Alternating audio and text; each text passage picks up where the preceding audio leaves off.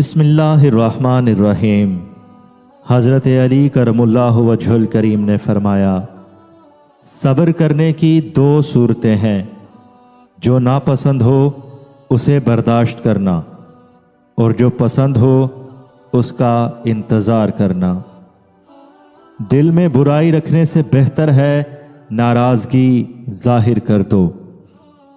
صبر ایک ایسی سواری ہے جو اپنے سوار کو گرنے نہیں دیتی، نہ کسی کے قدموں میں نہ کسی کی نظروں میں۔